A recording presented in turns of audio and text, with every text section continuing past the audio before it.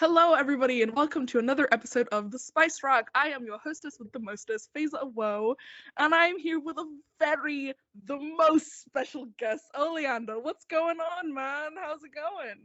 Hello, I'm having a very fun time. How are you? I just so smooth. Just the most hey, you're here, so I'm feeling great. Okay.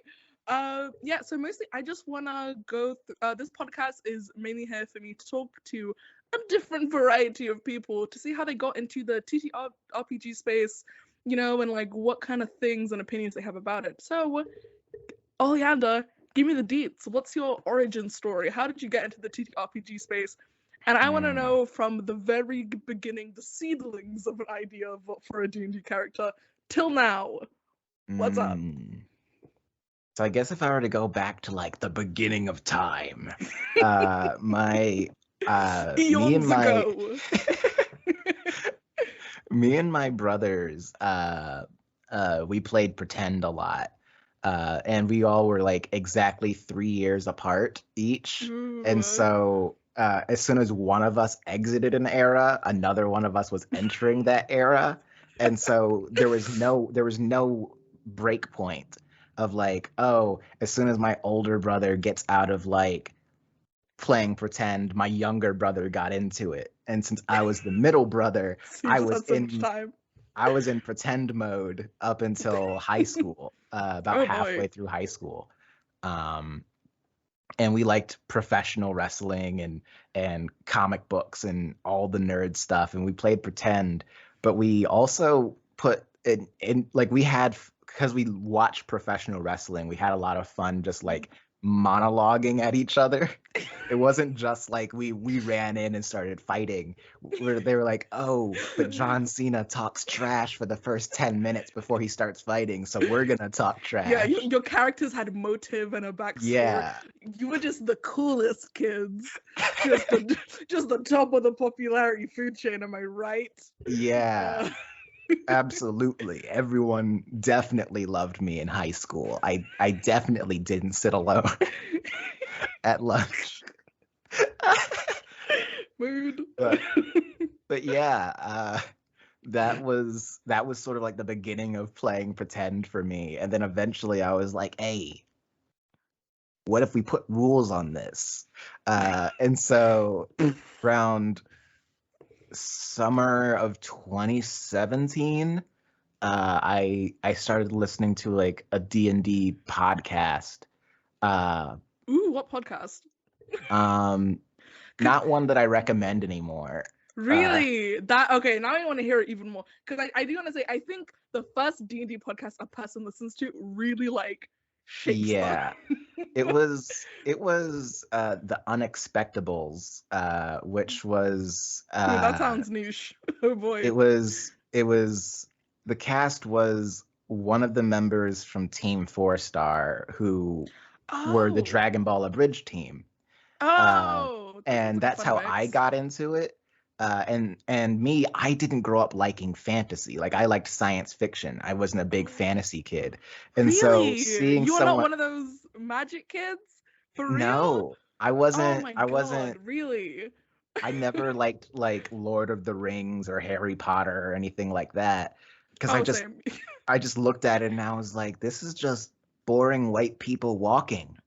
Yeah, And when when it came to like fantastical media, it was like for me, it was like I like the two Percy Jackson films and all of anime. mm, That's yeah, magical ghost shows, my shit. Yeah, yeah. like the Harry Potter and the Lord of the Rings of the world just didn't do it for me Mm. at that age. So but The yeah. only fantasy things I was into were like Blade, Hellboy, and then like again some anime like Yu Yu Hakusho Oh and yeah. stuff like that. I guess I was more into like modern fantasy, like, oh, what do monsters look like in New York City? I don't know. Yeah. Uh I get that. same area on the Venn diagram as the Muppets, you know? Uh Yeah, no, totally. My favorite urban fantasy story is for sure the Muppets. Definitely. uh I want to see Hellboy, but everyone is a Muppet but Hellboy. That's all Oh I my want. god, that would be amazing.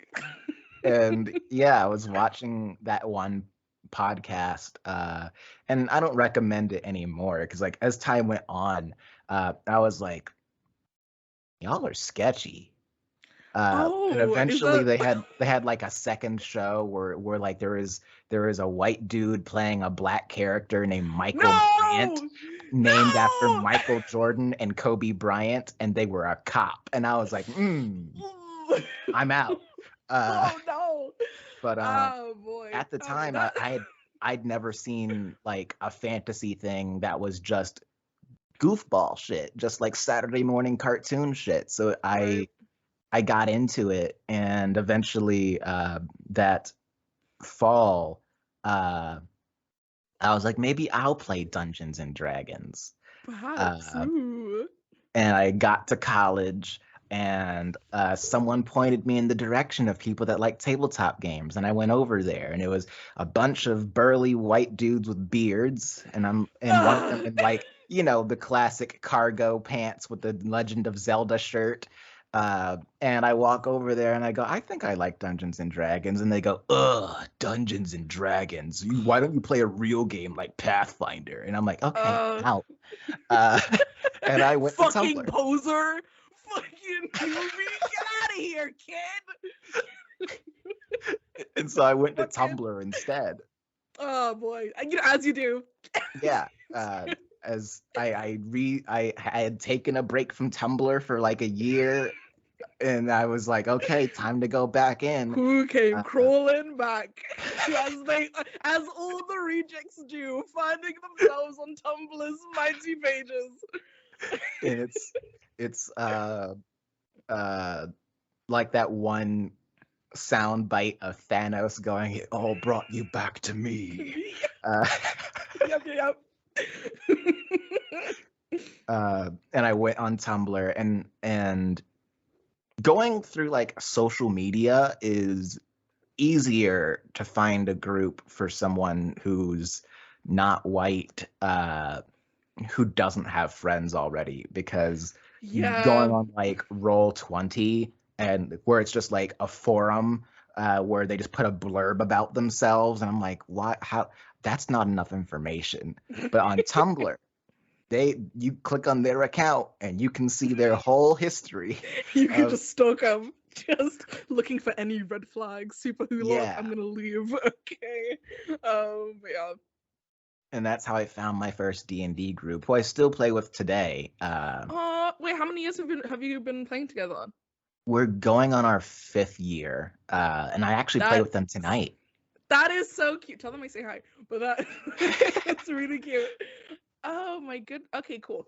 That is amazing. I want to know how you went from an average D&D player into making ttrpg entertainnot, into making content. What was the pipeline? What was the journey that was like, I have opinions and I want to share them?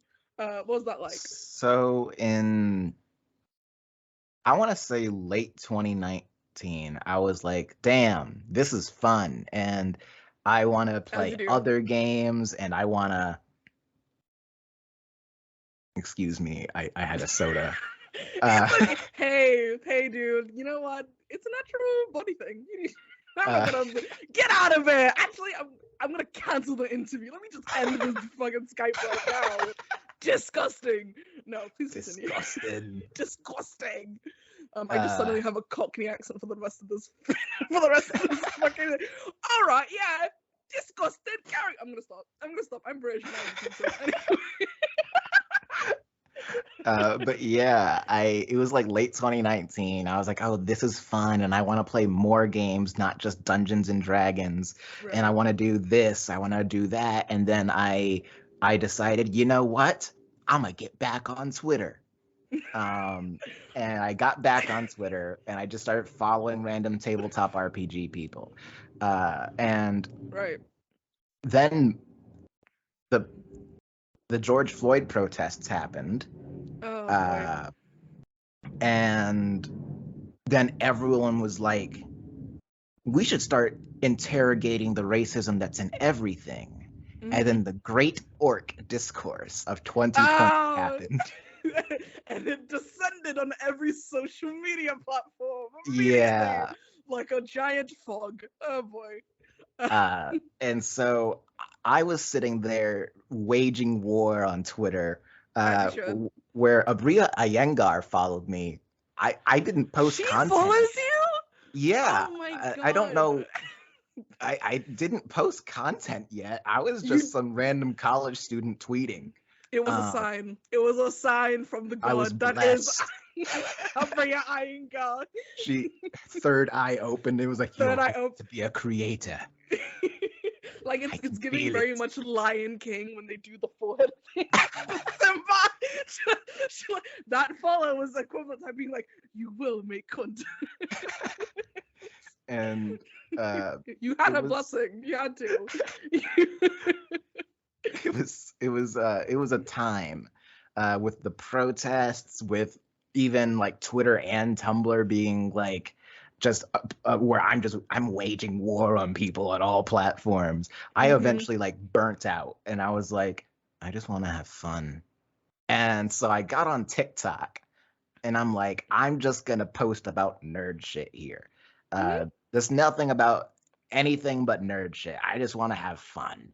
Uh, and eventually I fell into the niche of Dungeons and Dragons TikTok, where people seemed to like me, but also seemed to not like me. Oh boy. Because I could post like, hey, you can have your cart pulled by dogs, and people would come in droves to tell me that's against the rules. And I'm like, it's on the page right there. I can show you.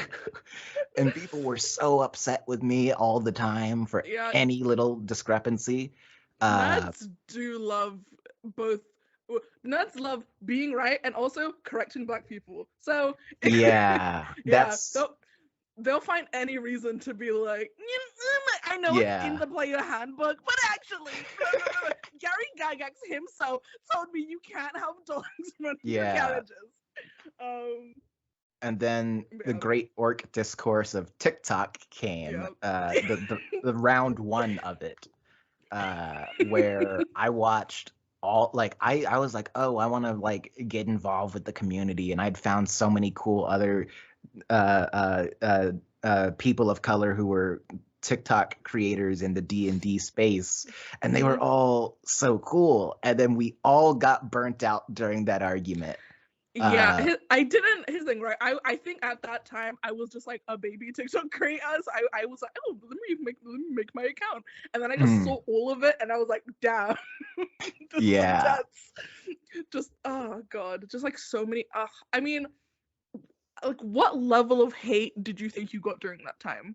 Like, I don't think if you had to give me a percentage of like people who support versus people who are against, what? I don't think I got nearly as much hate as other people that I followed did. Mm, I think it was because I rarely spoke. I was someone that would like chime in and be like, "Hey, um, here's Gary Gygax quoting a white supremacist. Bye," and that would piss bye. people off. But I didn't talk too much because I was like, there's a bunch of other people who are much cooler than me who are saying this much better than I could say. So I'll be there to support them and then like Right. occasionally throw in like shit that I dug out because I'm a weirdo who's like, I would dig through Gary Gygax's 2006 forum from June, a year before he died, to find the quote about Damn. And about that is be the cool investigative journalism. It's important.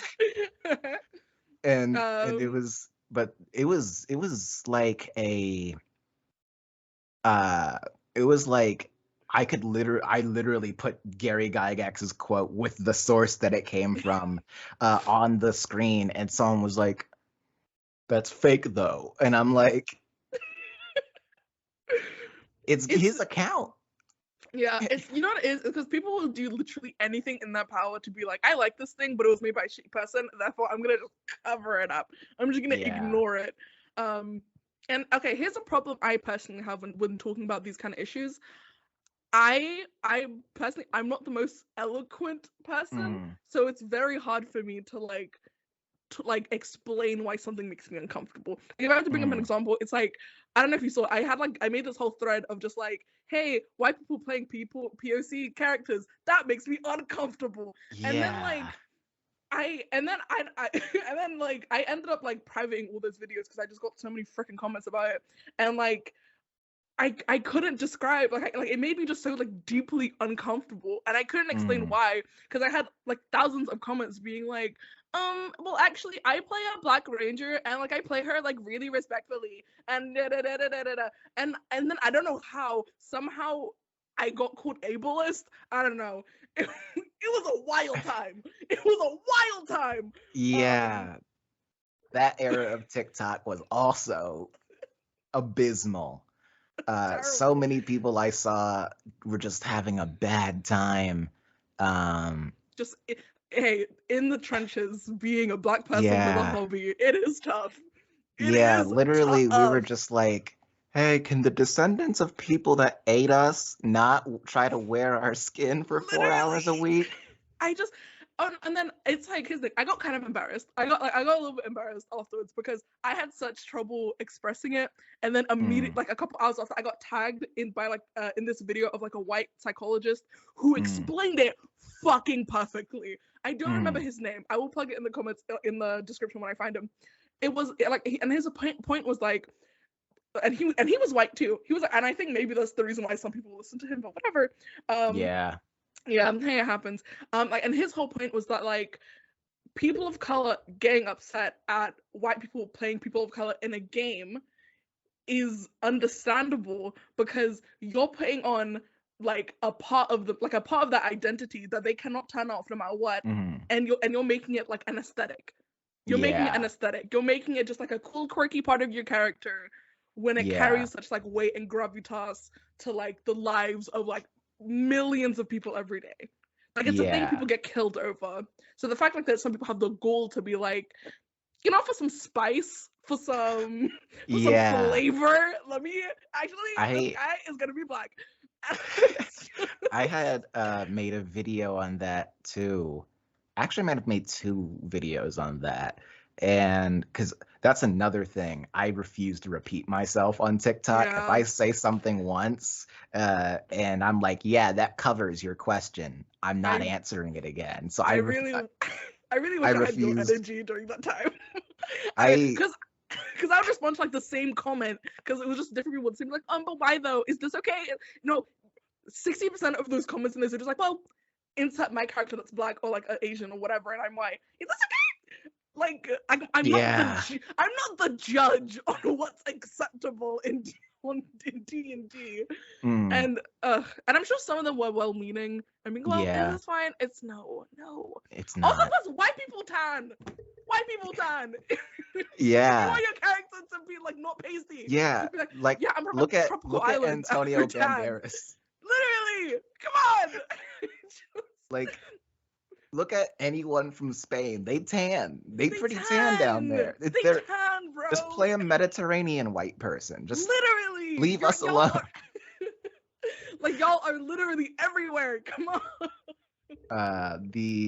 I remember. So one thing that I did after like the first 6 months of being on TikTok, where so many people would try to find little holes with things that I said and make them into bigger things. I actually started recording with a teleprompter. There's apps for your phone that you can get. Oh my god! Like you're a freaking president. Yeah, I have a teleprompter app on my phone. And so I would write out the scripts to my videos, and then I would read them off while I'm recording. And so I would never be caught off guard, and then I'd throw all sorts of little things out there to make you not realize I'm reading off a teleprompter. Like a lot of my videos, I wasn't wearing glasses in them because then you would be able to tell. You'd see in the reflections. Yeah, No or one is catching you slipping. Wow. or I was moving the camera enough, or I would make sure to look away from the camera, like memorize the next 4 lines and look away from the camera so that it looks like I'm looking away to think, or Right. or that I'm just rattling off thoughts. But at that point, I've already done 10 takes. I have this memorized. Right. And so when I got to that video, it was the video where I was saying, "Hey, white people, y'all don't have the range. Fucking stop." Uh, Literally.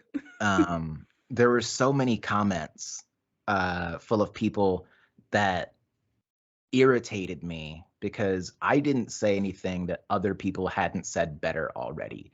But I know that if people close their eyes and listen to my voice, they're like, "That's a white guy." Yeah. And I'm light skinned and I spoke using a teleprompter. So there are several people going, "You spoke so eloquently," and I'm like, "Hey, Ah. yo, you need to fucking stop." You speak so Um, well. Just uh, the most fucking patronizing. and it was so annoying. And it was, and the comments were just so many people that were like, "You're the actual bigot," and I'm like, "Yeah, understand this. I don't give a fuck about your freedom of speech. Delete." And I, I, I didn't. Love it. I don't Love give it. a shit. Uh, I would tell people to fuck off. I would delete their comments. I'm not here to debate. Um, and That is amazing. I mean, okay, here's the thing. I would love to do that, and a part of me always has wanted to, but like, I don't know. I think, do you never get scared of like the like angry black man like stereotype? Is that like, because I do um, hate to say it, but sometimes like yeah, racial profiling and like certain stereotypes do affect how I act. yeah, I don't it's like how it's I rough. present online on stuff. I'm very much like bubbly, good times, funny, whatever. But like I am angry. I am Yeah, pissed. But like I don't want anyone I seeing that. You know, like how does like does that like not affect you? Like how are you like just managing it?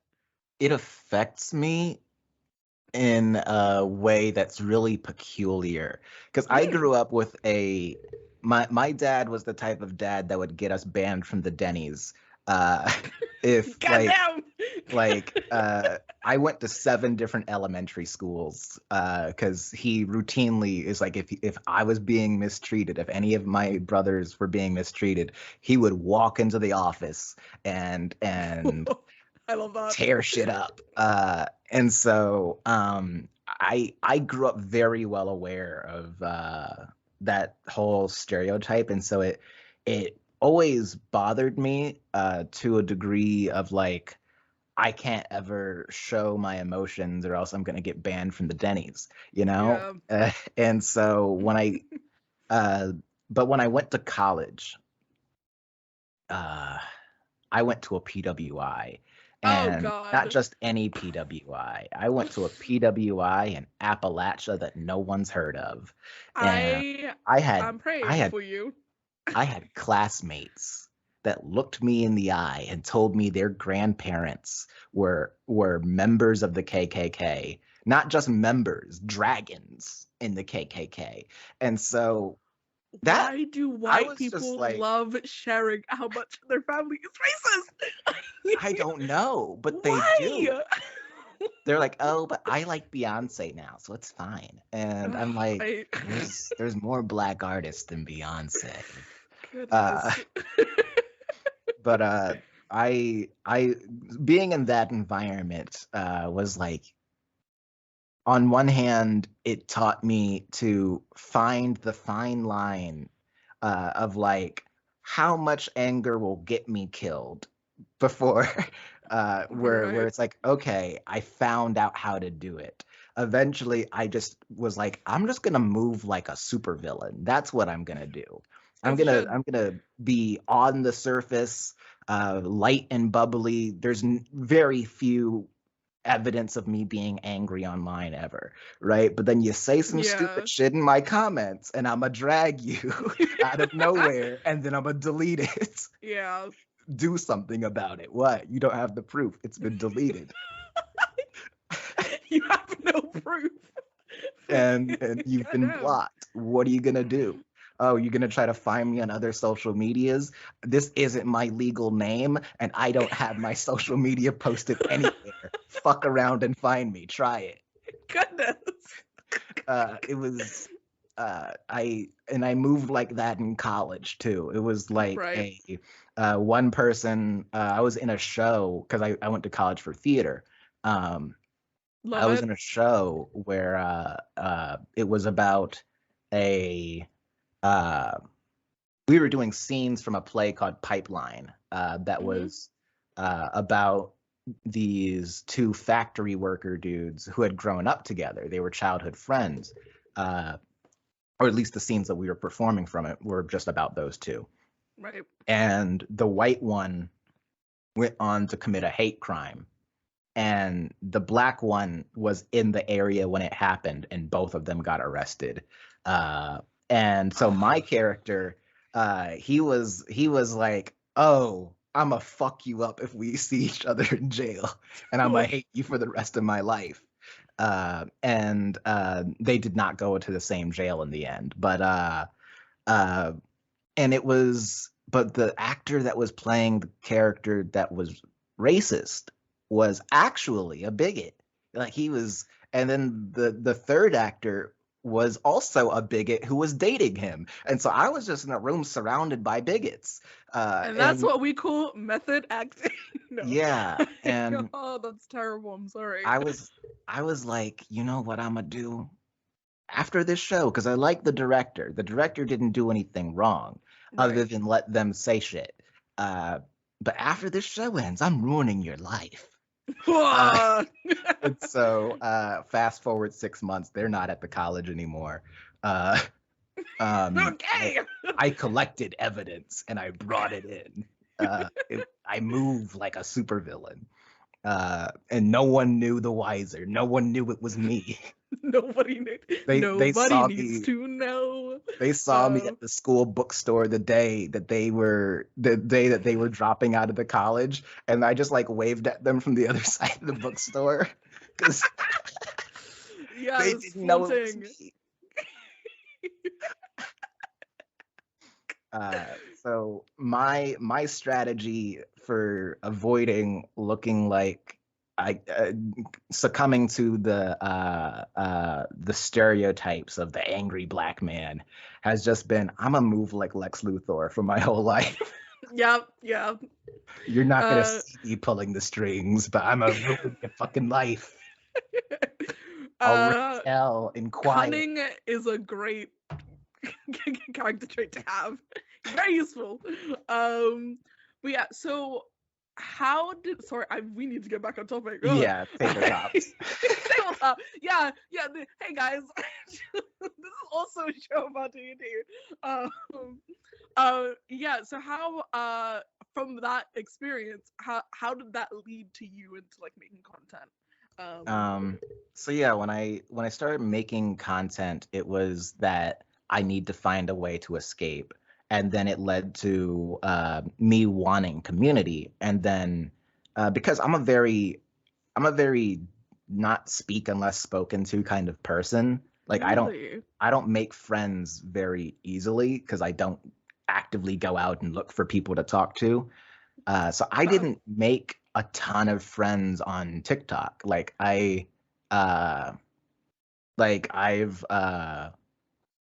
I've worked with a few people from D&D TikTok and on Twitter, but for the most part, I don't talk to most people. It was like I think you're cool, you think I'm cool, let's work together, and then we go our separate ways. Yeah. And that's how it was for me, and up until ironically after I stopped actively posting on TikTok. Where 2021 hit, I was so completely burnt out by April that I was just not posting like more than once a week maybe. And right now I'm still on that. I don't post. I'll go like 2-3 weeks without posting. And that summer, CJ, Scholastic Dragon, who's currently my co-host on Blurred of Mouth. Whoa, Blood of Mouth? What's that? Yeah, it's the podcast where black nerds talk black nerd shit, and Whoa. we typically pick out a bunch of media, movies, television. We're supposed to be doing a webtoon this You're making a podcast. webtoon? No, we're not making Whoa. one. Oh, sorry. You're reviewing. We're reviewing one. Cool. We're I was reviewing about to how say, damn. we're reviewing how the black characters are handled in various kinds of media. Right. And it's super fun because we just sit around and it's us shooting the shit for 30 minutes to 45 minutes per episode. Just speed running through as many black characters as we can in that time. And sometimes we get sidelined, and sometimes we nail it on the head. But either way, it's gonna be fun. It's gonna be just us doing silly shit. But yeah, Right. CJ had reached out to me, and this is before Blurred of Mouth had ever been conceived. I was just on Twitter, and CJ reached out to me and was like, "Hey, want to be friends?" And I was like, "Yeah, sure." And I love that. I love that. That's so And- cute. and then they 2-3 weeks later hit me up and said, "Hey, friend of mine is doing a Monster of the Week one shot. You interested?" And I was like, "Yeah, sure." And so I did a one shot of Monster of the Week on the Ephemeral Forest back when that was still a place that was operating. And after the Ephemeral Forest sort of came to an end, all of the people of color from the Ephemeral Forest moved over to a new server. Migrated. The great POC migrated. And we all congregated over there. And that's where we started Blurred of Mouth. I don't know if you've heard of Monster Fucker Anonymous, but they're in that server. Hey. Yeah, I think I have. No. It's because I interviewed a person who owns a Monster Fucker podcast, and I'm trying to remember if that's them. It was Cleric 34 and Scary Dog Friend. There it is. Yeah, I interviewed Scary Dog. Yeah. I knew it sounded familiar. It's them. Joe and Cleric are fun. I hang out with them pretty much every other night in Discord now. And that's Cool. where I found my community, really. Surprisingly, it was a bunch of people that burnt out of TikTok, not on TikTok. Right. And we play tons of tabletop games. We've been in that group for about 8 months now, and I've played a wider variety of games in the past 8 months than I have in the past 5 years. Really? And even with my original D&D group, we still play every Sunday. But both of the GMs in that group, because typically we have 2 campaigns and they switch out every Sunday so that the GMs have 2 weeks to plan each. And both GMs burnt out at the same time. Oh no. And so I spent the past 4 months GMing Monster of the Week for them. And then they all were like, "Oh my God, Dungeons and Dragons isn't the only game." Yeah, just suddenly the horizons have been opened. Love it. Yeah. And it was super fun. And then with Blurred of Mouth, speaking of Monster of the Week, we're gonna do a 2 to 3 part mini series of me GMing Monster of the Week as an actual play podcast later this year. To see it. You had it here first. Folks, yeah. Breaking news. This is an exclusive. The Spice Track getting exclusive content, baby.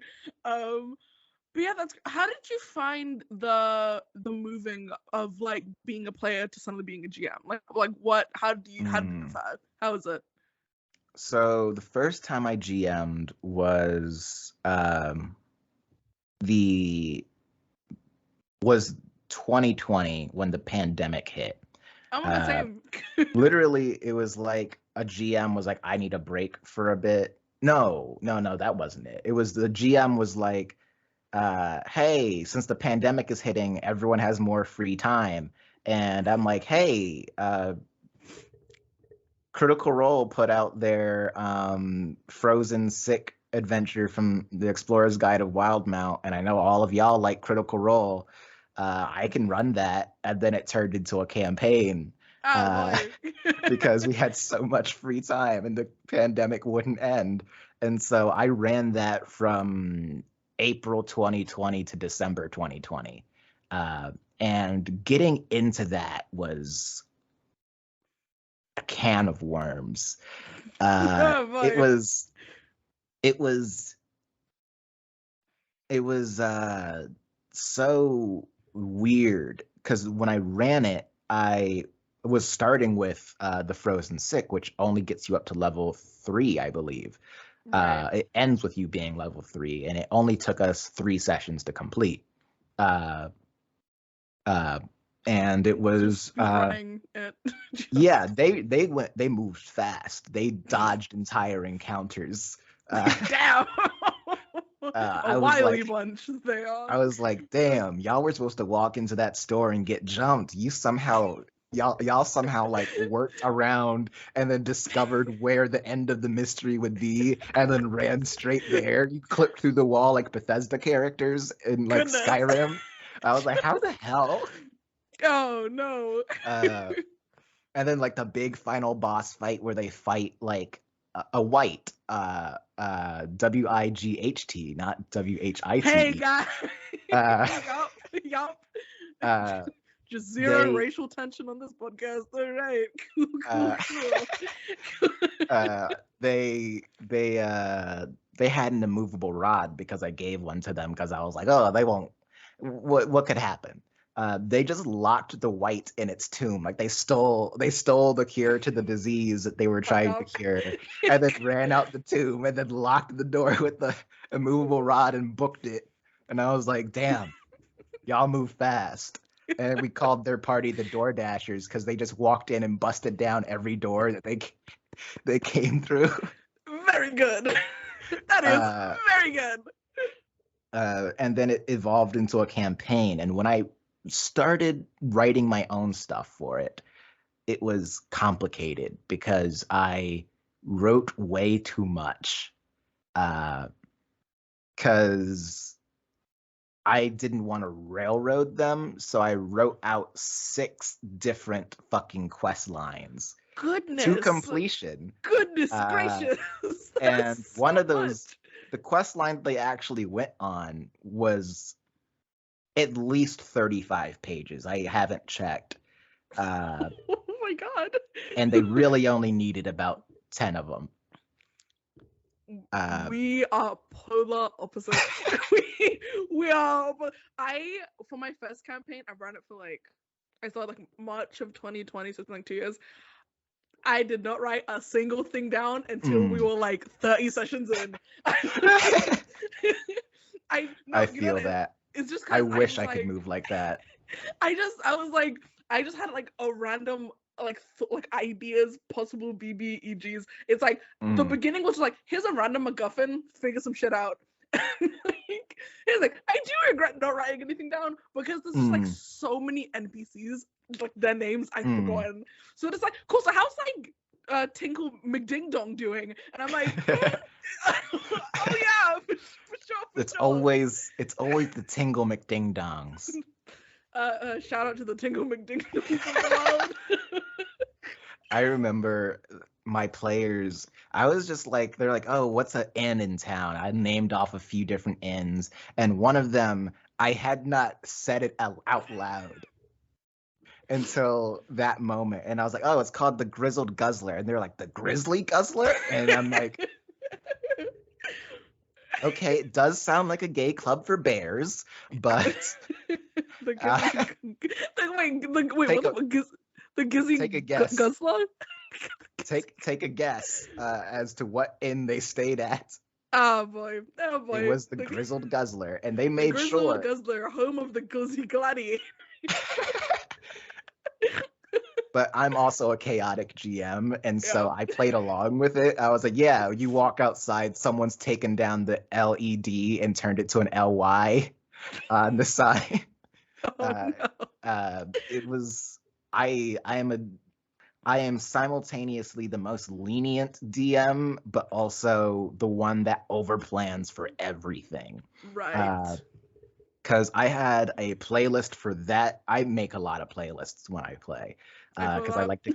I like to curate the mood so much. And so the town had a playlist, both for day and for night, while they were outside. And then individual buildings that they walked into also had individual playlists. My Spotify Wrapped was a mess. I so like were they just instrumentals or like They were all instrumental. okay, cool. Uh, and Cool. it was fun, but also and over prepping helped me, because I knew where every NPC in town was at any given moment because I Really? planned way too fucking much. They only went into 4 buildings. I planned a whole city. Just the whole city. It was like at 2 p.m. Mr. McDingle is gonna walk across the street, and they might Yeah. walk into the place if they go down this street. Just like Yeah, so much. Yeah. that's exactly what it was. Just going and into your mind palace. Just fucking. the reason why I struggled with planning so much is because when you GM for the first time, there's no guide for you. There The isn't. the best you could do to try to figure out what GM notes are supposed to look like is to find a module or some other GM's notes and then plagiarize them. Here's the thing, right?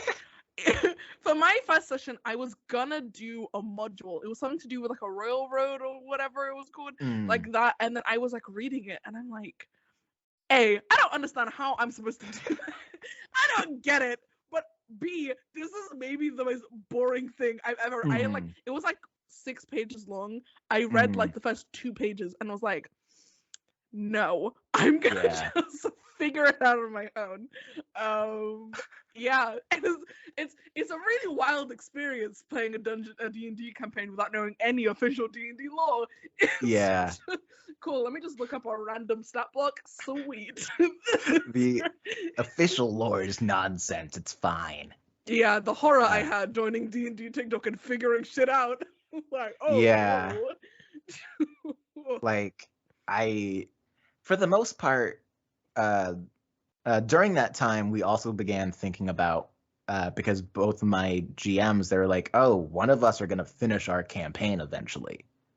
You want to do your own? And so I've been sitting here making an entire campaign setting. I've planned 3 continents. Oh I have fully illustrated maps already. Goodness. I know the names of rulers of continents of kingdoms they'll never see, and that campaign's not happening until probably the end of this year. I've been sitting here ruminating on for 3 years. Just thinking about marinating.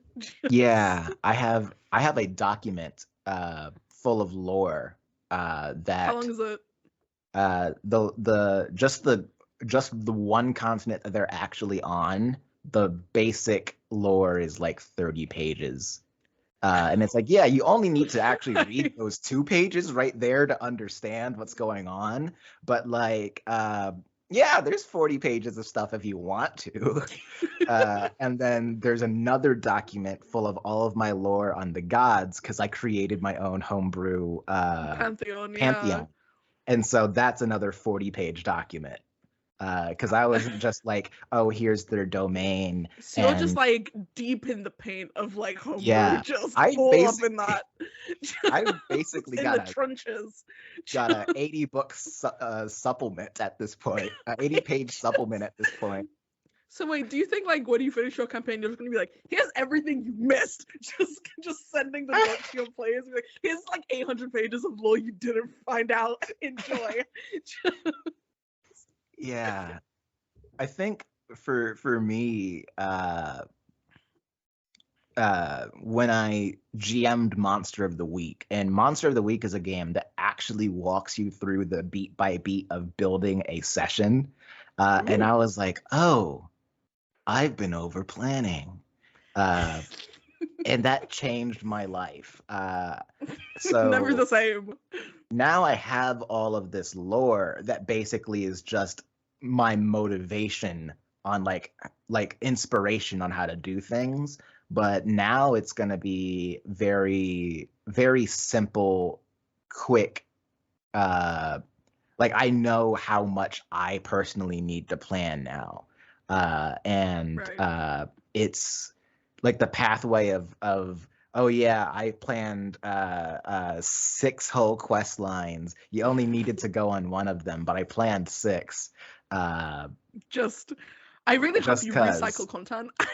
I do recycle content. I was like, I Sometimes I made make 6 quests, but I'm gonna make you guys do these later, in the future in a yeah. different town and whatever. Yeah, I the illusion recycle of my choice. ideas. Uh, Good. but I love world building at this point. Even for the Monster of the Week game I'm about to do for Blurred of Mouth, I built a fictional city because I did not Wow. want to have to be cursed with New Yorkers tweeting at me going, "You pronounced the name of this street wrong, It's fucking wrong. scrub." And so I'm like, uh, I'll make my own city, and no one will be able to tell me I'm mispronouncing the street names. just it's just like Boo York City, it's just totally different. It's totally different, guys. Yeah, this is Original city, do not steal. this is new Chicago, DC. Just so original, so fresh, so oh wait, so that's really interesting. So your bread and butter when it comes to DMing is like world building. That's like your main like exciting Yeah, thing, because here's the thing, as a Neo who's made 2 separate worlds, straight up shit. I don't think it sucks. I think it's fun to a certain extent, but when it mm, comes to like the thing I'm excited to do, it's mostly like NPC character roleplay work. mm. You know what I mean?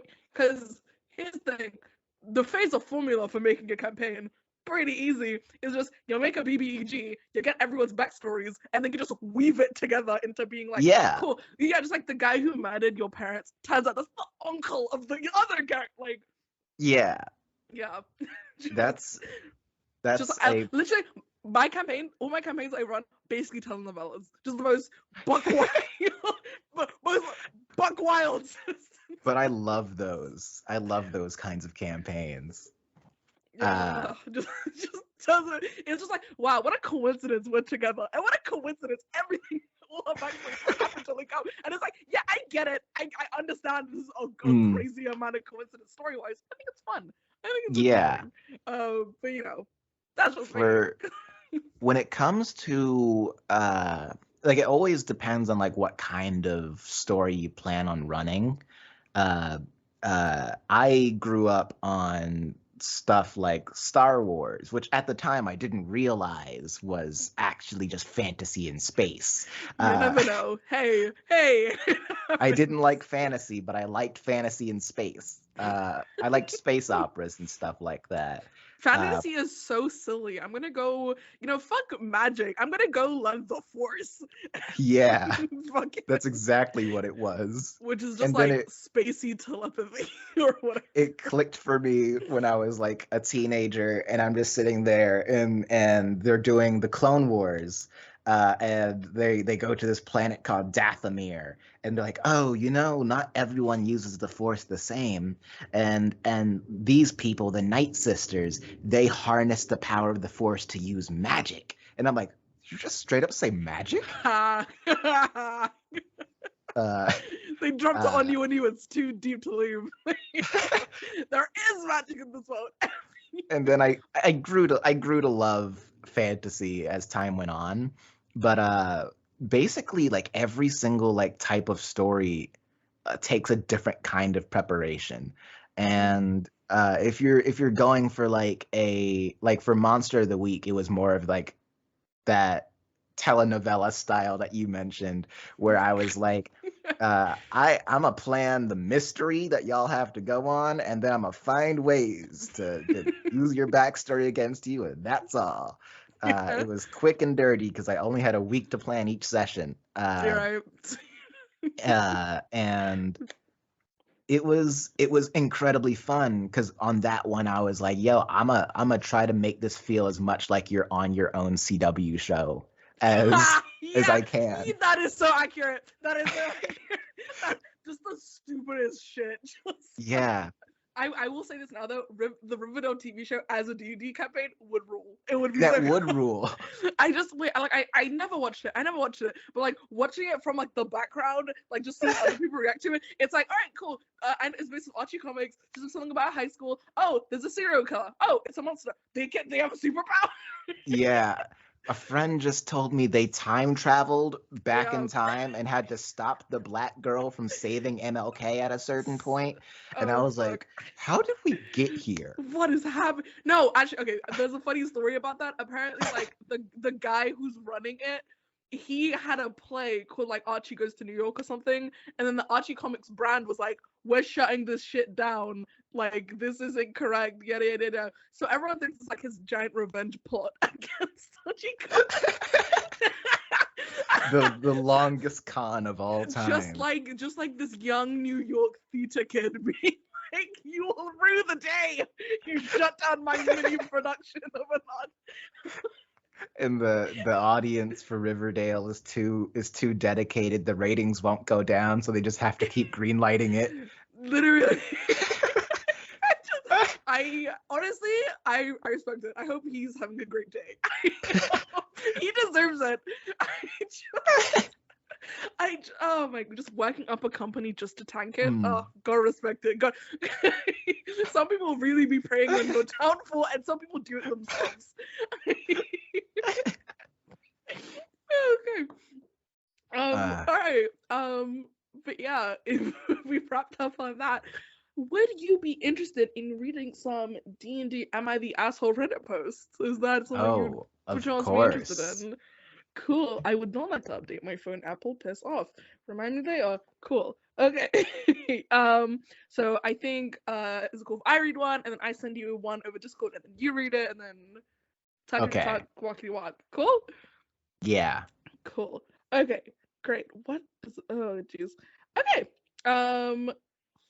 Not now. Goodness. Okay, sorry, big pop-ups.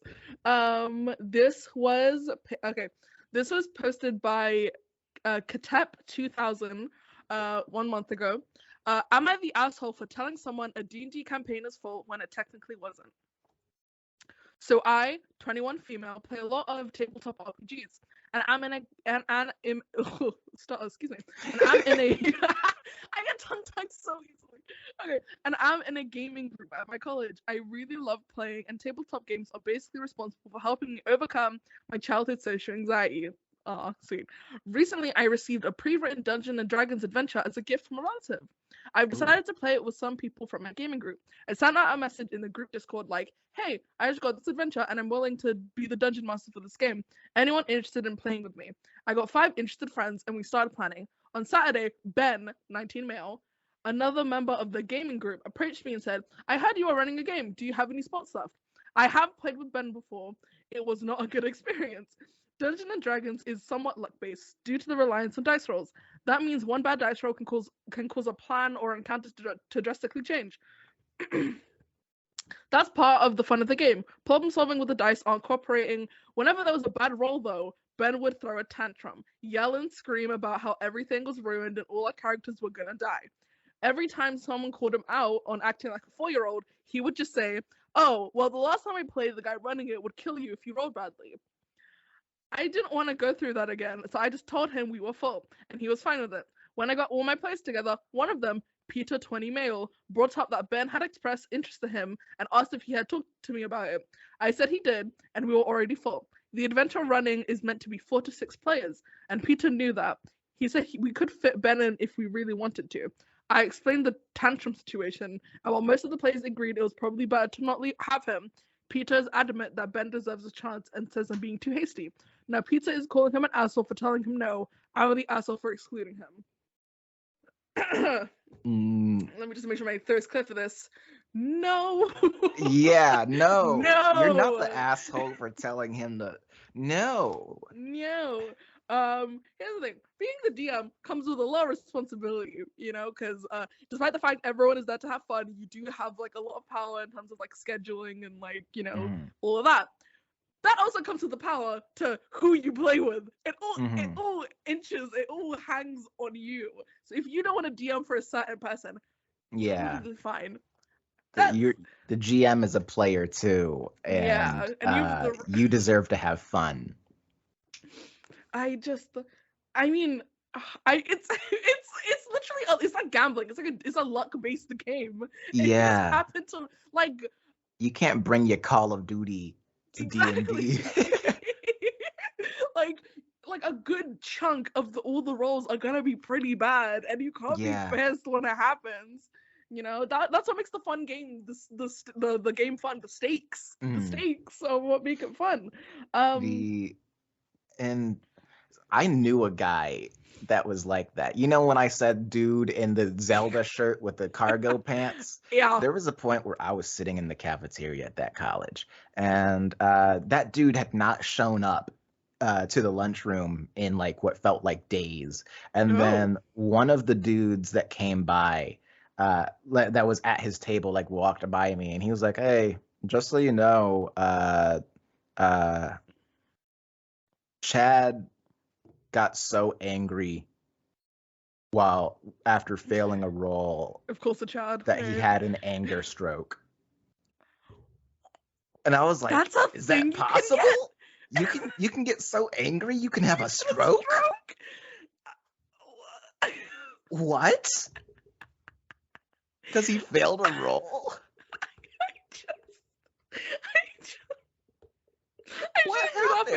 I shouldn't be laughing. A guy went to the hospital for that. Yeah, no, I shouldn't be laughing, but like also, what? That's so random. What the fuck? I want to think about how like just like, can I make a performance check? Yeah, sure, Chad, go. Not one, you fail. Just fucking awesome. Like, apparently he was throwing the biggest temper tantrum, and then things just went downhill. Oh boy. And that's so. It was such a shock, and I'm just like, I would hate to see how angry he was in that room. I'll be honest. You won't like me when I'm angry. No, I'm so whoa. I didn't know that was possible.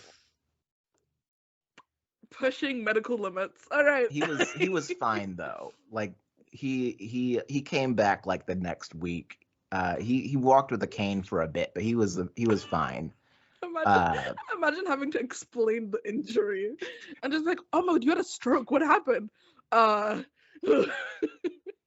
Well, Dungeons and Dragons. Well, not even Dungeons and Dragons. Pathfinder. Yeah, because he yelled at me for Dungeons and Dragons. Oh boy. That was. Yeah. So in conclusion, not the asshole. You've control over it. Don't worry. Would you like to read the next one? I sent it over Discord. Boom. I see it. Glistening splendidly. Am I the asshole for not organizing a D&D event because I didn't get enough responses?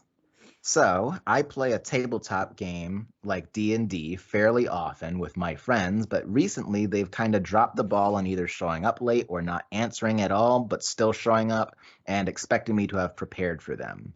Tried to set one up for this weekend and got 3 people from the usual group answer. 1 confirmed a time with me and the other 2 wouldn't say if they were free or not.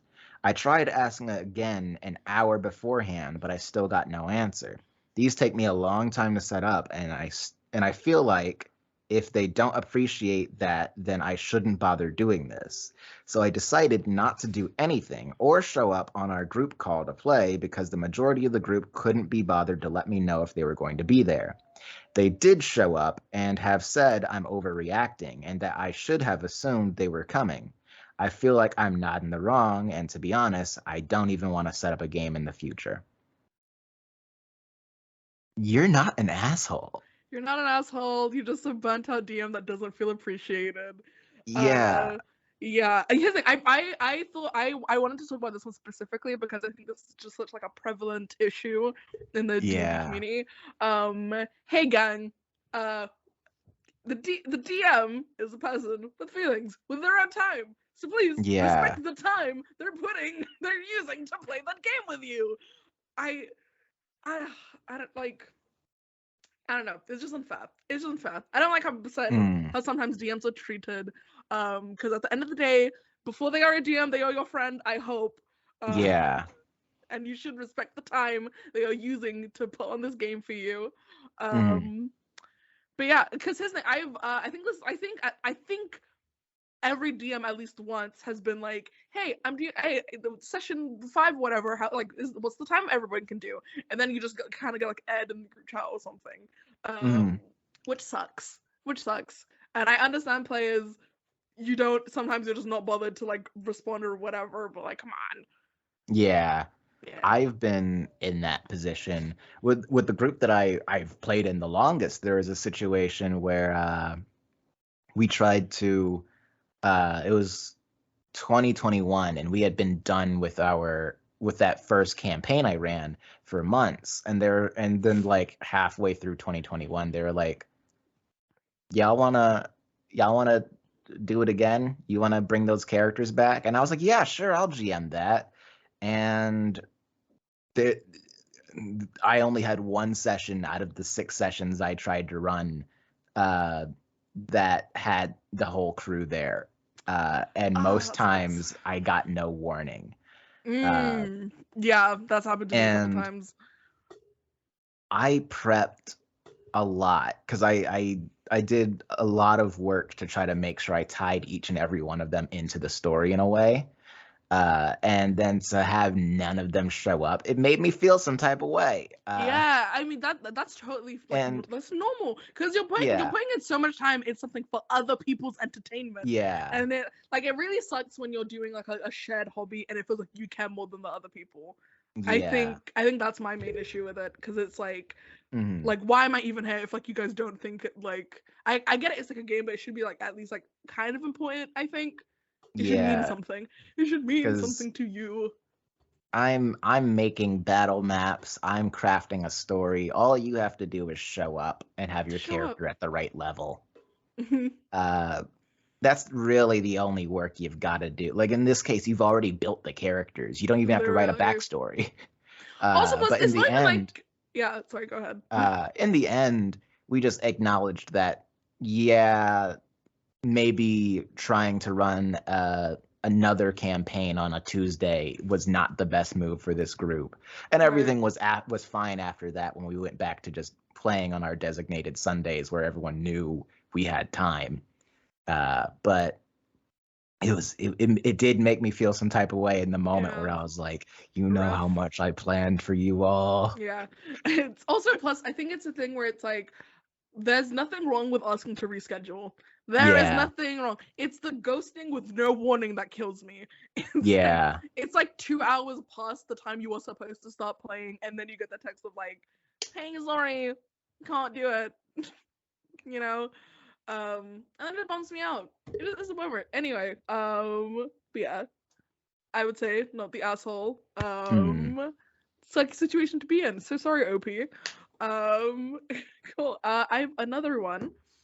It is posted by Aussie Man Diaz 31, and it's posted 23 days ago, so it's not that far. Posted in the past. Okay. Am I the asshole for complaining a lot on a D&D game? See, I'm a competitive person. I'll admit it. And I don't like it when things go wrong, but I like to complain in these situations. This is a way to de-stress. I also like to make fun of other characters as they make fun of me too. But lately, we've been arguing because apparently one or more players at our table don't like the fact that I complain during the game, complain about bad dice, or that we're losing a lot in an unbalanced encounter, in my opinion. The thing is, my complaints are mostly about de-stressing, so much that I keep playing happily, chatting, and playing normally afterwards. I believe I'm not wrong about this because it's part of my personality, and I've never demanded that anyone at the table change to suit me and my gaming needs. Another factor is that most of the table has been friends with the GM for a long time and has a similar personality. Well, I'm different in this regard, both because I'm a new player in this dynamic and because I have a different way of dealing with stress. The GM told me that sometimes in my frustration I am rude to others, which is true, but nothing I say is personal against any of them, and I don't mean to be rude. They understand this as rude, but it's just rant, as they also make fun of my character and me, calling me useless or cowardly, in this case, my character, which also annoys me. But he disregards the saying I'm just a joke, and that because I don't like being the butt of the joke, it just makes it funnier for them to make fun of me, calling me a crying baby. But when I make fun of them, then I'm rude. I spoke to the GM who, despite understanding his points, I disagree with, me being the asshole of the situation, as there are things in the personality of the people at our table that also stress me out. That's just not why I speak badly about them in the GM. Sorry, this is like, I'm gonna speed this up because there's a lot. Okay, the GM told me that despite being my way of de-stressing, it ends up stressing other players, but there are several things that other players do that stress me out. But I don't complain about their attitudes, and I think it's unfair that I'm the only asshole for de-stressing, while others can talk and do whatever they want. I offered a compromise and said that when it wasn't my turn, I would mute me so as to not disturb others. I might be the asshole because I'm making people stressed too, so I'm the asshole for complaining as a way of venting. Whew, that was a word salad. I ended up cutting out 2 paragraphs of that, but it was just like, it's my personality, so it's not fun. That's a complicated one. I feel like on one hand, it sounds like a case of y'all ain't got chemistry. Like if it's a situation where all your other players are mocking you in a way that makes you feel bad, yeah, and the GM just allows it, you're not an asshole for making fun of them back. But also, I'm gonna need to see some quotes, because you're also saying that you go like you're getting upset and angry and lashing out at other players in ways that you even agree is kind of rude, and it's just your way of de-stressing. And I'm like, that doesn't make you sound like a good person also, either. Plus, like, what is making you so stressed at this table? It's a game.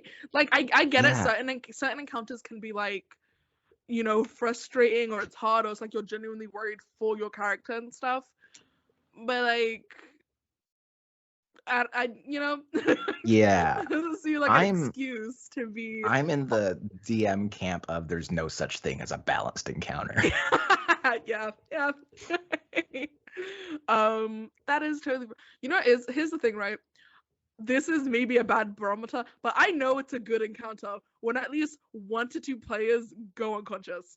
That is my that is balanced. Yeah, I feel like in my brain, as long as 1 to 2 of you guys pass out within the first 2 to 3 rounds, it's a good one. I feel like on one hand, you don't want to push the players too hard, but also I've been in a campaign. I've been in a game as a player where I played for like 3 years and only went down twice. What? As a wizard. What? Let me tell you now, straight up. If I was your DM, I'd get fucked up every day. You would die at least every 1 to 2 sessions. I was at like level 8 with 30 hit points and still fine. But what? And I'm like, okay, I know I'm pretty decent at distancing myself. I'm not that good. Come on. Yeah. So I know it's hard to make an encounter, but you do gotta put the fear of the gods in the players sometimes. Also, here's the thing, right? I know I sound crazy, but here's the thing. All these groups, they have healers. So if someone goes down, they're fine. Unless I go unless they go full villain and it's like, cool, you're down, you're prone, they have advantage. Unless I go full villain, like 90% of the time, it's like you go unconscious. Okay, cool. They're gonna go focus on the other player now, not like I mean, well, I think they're gonna be if you're the cleric. You could You're finish better them than off. me in that regard. Really? I will counterspell your Revivify. That is fucked up. That is a line. There is a line, good sir. I will let you go, and then I cast Revivify, and I go, no. Here's the thing. And it's I know. Thought about it. I've thought about counterspelling healing spells. I've never done it. Not yet. I feel like when it comes to doing stuff like that, you might as well, because it allows the people that have stuff for that situation to use it. Live in the vida loca, like imagine someone tries to cast Revivify on their downed barbarian, right? Like the cleric goes to cast Revivify on the downed barbarian, and then I counterspell it. Then the wizard counterspells the counterspell, so right? That's a cool moment there. That is, or you're saying something cool. Yeah. And we couldn't have gotten to that moment if I didn't take down the barbarian and counterspelled your Revivify. For sure. So conflict you make a fair creates fun moments. Definitely. You know what it is? I don't know, like some people like are really concerned about it being like it has to be fair. The world isn't fair. The world is not fair, and your encounters should not be either. Like all the DMs out there, every once in a while, throughout an encounter, they cannot win. Yeah. See if they run. See if they run. I think that's a good thing to throw on their like early levels. So like when they're like maybe level 3, level 4 when they're getting maybe a bit too brave. Like, cool, there's a Tarask. Figure it out. Yeah. Like running is always a good option. Running is an option you can do. People forget when I ran my first campaign, I think my players forgot that because the first time when I did it, the first adventure we did, they were just steamrolling through it. And then they accepted this quest to go to Shady Creek Run, which in Critical Role's world is a lawless town. Oh boy. I don't watch enough Critical Role to know what it's actually like. So I was like, Matt Mercer, if it's not in the book, it doesn't exist. And so I reinterpreted everything. It's like, okay, well, I'm interpreting this sentence as blank, right? And so when I described Shady Creek Run to them, they're like, oh shit, that sounds kind of dangerous. And then on the way to Shady Creek Run, they were attacked by goblins riding ice wolves, frost wolves. So like sick. Literally so ice sick. breathing wolves. So sick. And I took it easy on them and still almost killed one of them. Because technically those wolves would have gotten pack tactics automatically because they have allies riding them. Yup. So unless you killed the goblins, you could not have gotten rid of their advantage. Yup. The messy of being a DM is not reading stat blocks correctly and just ignoring certain ability. But it should have been harder. But even just that one moment put enough fear in them to go, oh shit, he might try to kill us one day. And so when they got to Shady Creek Run, they tried to operate as stealthily as possible because they were like, let us not get into a fight in the middle of this lawless street. When they rolled into the town, the first thing they saw was a public execution. They were like, oh shit, you they put crazy. The fear of God into these fights. You patented them immediately. You think your big bad adventurers cool? Fight these ice wolves with their fucking insanity. And they were 4 level 3 players. That was not a balanced encounter. They took out as many of them as they could and then got on their horses and ran away. And it reminded them that I will attempt to kill them. You don't have an immovable rod and a door to hide the enemies behind anymore. Oh boy. And it was but yeah, you sometimes gotta shake them up so that they realize, oh, just because you unlocked the ability to shoot fireballs out your finger doesn't mean there's not bigger fish. You Literally, know? always, always. There's always a bigger fish. There's always a bigger fish. Oh god, that is great. I have sent you another one, if that's cool. All right. Woo! Am I the asshole? Oh wait, this one is from Goku King 922. Right. Am I the asshole for not giving them a retcon? So my group is going through one of the big hunts in Heliana's Guide to Monster Hunting. Without giving too much away, in one of the hunts, all the enemies have necrotic damage. They were fighting their way through the mini-boss down to the final two enemies when the bard says, "We have no options left. I'm going to cast Inflict Wounds on this one," referring to the biggest and strongest one. I asked if he was sure he wanted to do it. He said yes, and then his party member spoke up. The two discussed other options, all of which sounded good, but the bard kept backtracking to inflict wounds. He kept on going on about how it was the only way to win the fight. One last time I asked, "Are you absolutely sure?" He said yes, and even upcasted it to 3rd level despite my numerous attempts to sway him. I had him roll for everything and then showed them that the stat block showed an immunity to necrotic damage. Immediately, the player starts asking, almost begging me for a retcon, saying he was going to use one of the other spells they were talking about. I told him no because he went through with the spell anyways, despite my multiple attempts to sway him from there. He blamed me and how I wasn't clear enough, right? Because asking you if you were certain you wanted to do that on multiple different occasions wasn't a clear indicator that this was a bad idea. They later won the fight through a nice combination of teamwork and good luck, but am I an asshole? I'm gonna say no, but I feel bad for the bard, and here's what. I also feel bad for the bard, but I don't think he's an asshole. I empathize. I don't think you're not an asshole. I don't think anyone in this situation is an asshole. Maybe the bard for pushing a bit too much, whatever. The bard wanted a good main character moment, and that hubris led to them getting smacked. I will say, as a bard, I played a bard Speak for your people. Go. I've played a bard for so long, and they give you so little things to use in a fight. Like most of it is illusion spells and thunder spells. And if you're in an environment where thunder's not really great, like a cave, for example, where you don't want to drop a stalagmite on your head, or in a building where you don't want to break all the glass in the building, you ain't got much. And so I can understand why the bard was like, I'm gonna use inflict wounds.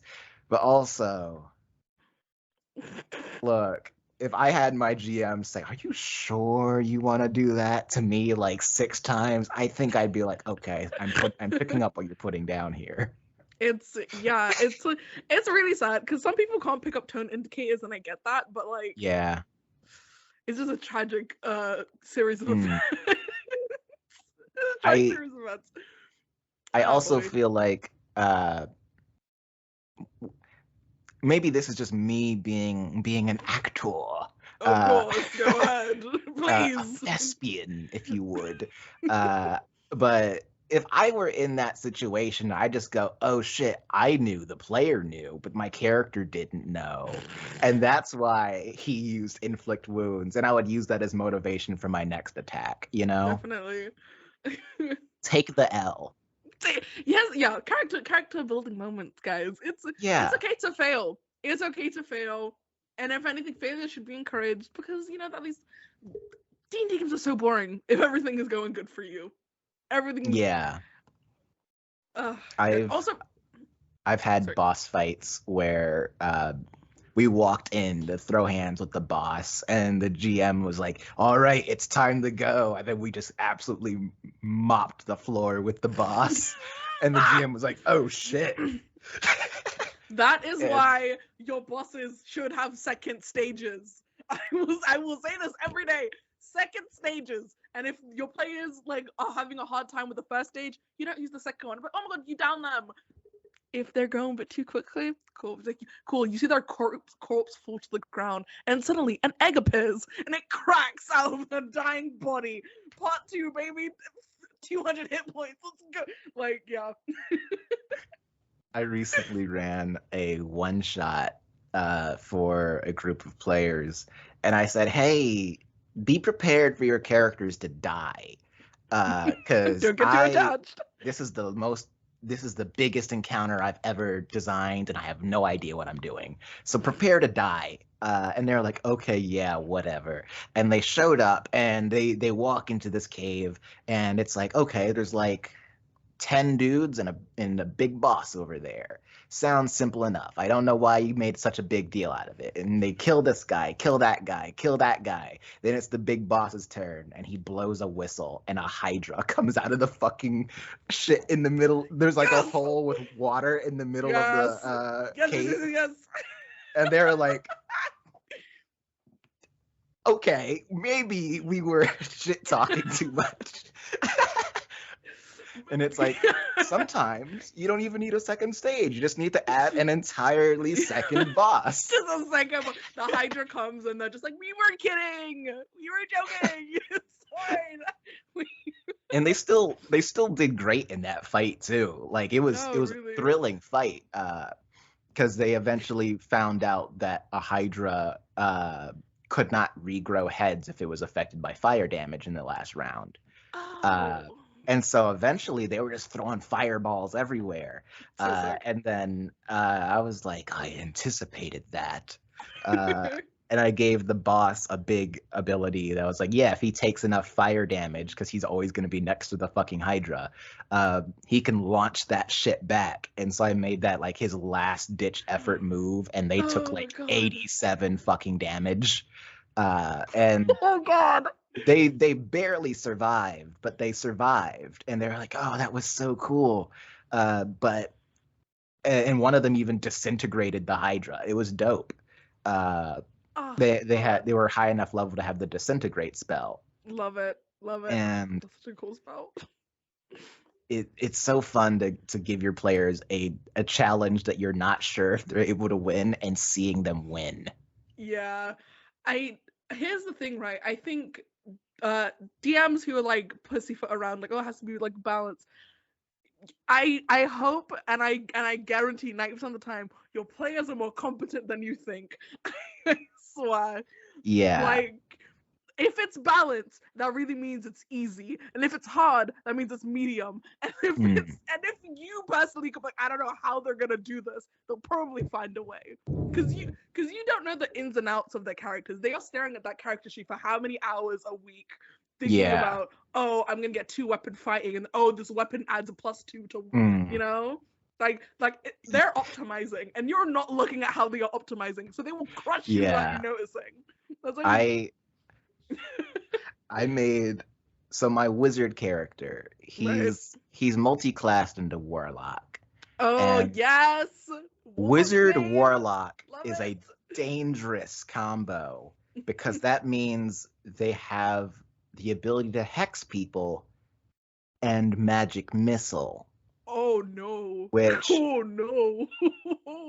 And he was a hexblade warlock too, which means he could hex you twice and then magic missile you. He was doing a minimum of like 20 damage with like a 3rd level magic missile. It was terrifying. Goodness. I'm saving that the character build for later. Cool. And so it's like, if you put a thread in front of me where I know they're going to be alive for long enough for me to use 2 bonus actions to put 2 hexes on them, right? Once we get to that 3rd round, you're done. Magic Missile City. Let's go. City. Oh my god. Yeah. You better kill me quick. And yeah, that's why, see, DM with Oleander's character, that's why you knock him out in the first couple rounds and you wait for someone to revive him. Yeah. Then you don't get Missile City and your BBEG lives for a bit longer. Also, pro tip, like villains you want to come back that your players defeat, make sure they have a teleport spell at some. Make sure they have a teleport spell. Like I'm pretty sure like the first villain, like they weren't like the main baddie, but they were like one of the generals of like Lolth's army or whatever, which happened to be a character's ex. Anyway, telenovela, baby. Drama. No, the drama. Yeah, it's like she was wiping them out. I think they were like level 3-ish. There were like 5 of them, and she was like a level 9 bard warlock mix. She was just wiping the floor with them. Eventually, they got her down to like, I would say she was down to like her last like 5 hit points. And she's just like, I'm fucking Audi 5000 you, bye. And she just misty steps. And then everyone's like, oh shit, I forgot. That's probably a thing they could do. Just a good exit strategy is very important, no matter what, if you want people to come back. But yeah, this feels like a great place to end. Thank you so much for being on here. I really appreciate it so much. Oleander, what do you have to plug? What do you have to share with the people? First off, y'all can find me on Twitter, TikTok, and Tumblr, because I still use Tumblr, at Stray Nerd Boy. And you can find me also on Blurred of Mouth Podcast, at Blurred of Mouth Pod, on Twitter, and we have a TikTok. We don't post on it, but we have one. You should marketing, baby. And on Blurred of Mouth Podcast, we're eventually going to have most of it is just us reviewing Black characters in media, but we also just finished up a bunch of interviews of other Black nerds for our Blurred of the Hour specials. And soon, as I said earlier, my my first time GMing for an audience is coming up, as I will be GMing a Monster of the Week miniseries. You can also currently find me right now. I'm not sure when this is going to come out, but right now at the moment, I am also appearing on the Bards and Brews Twitch channel playing Mothership for Prayers in the Static. GM'd by Kendo Makes Films and co-hosted by Ibrahim _MA. And it's fun. They're building a whole sci-fi universe, and they're jumping from system to system to build the universe. That is so cool. That is amazing. It's great. It's so great. Cool. Oh my goodness. Everybody, please check out literally everything they just said. It will be linked in the description. Once again, thank you so much for listening to the Spice Rack. And if you haven't, which is crazy, please listen to the D&D podcast that this accompanies, the Spice of Dice podcast. Exams. Do it. See, listen, he said it.